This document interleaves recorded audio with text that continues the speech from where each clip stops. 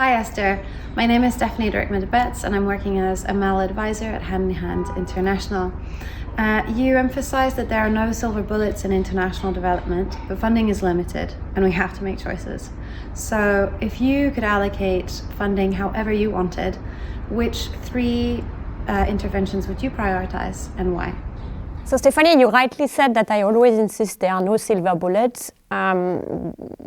So there are not even three silver bullets. So I think it's better to think about silver pellets, which is the way that you want to think about the problems. Is there are many issues, many problems related to being poor.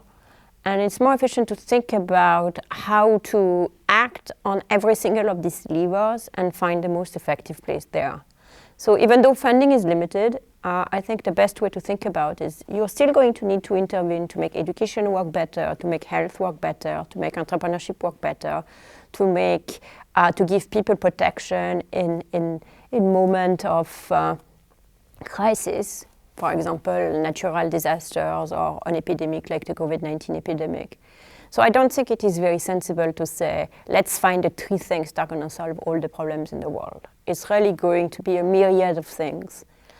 And maybe funding is not that limited, because you should think of the funding not just as philanthropic funding, not just as whatever the rich countries are willing to share, but also all of the money that exists in the poor countries and that governments today are already spending on the poor. And this money is actually much larger than all the philanthropic funding plus all of the international aid put together. And the question we have to ask is, how to make this money work as best as possible.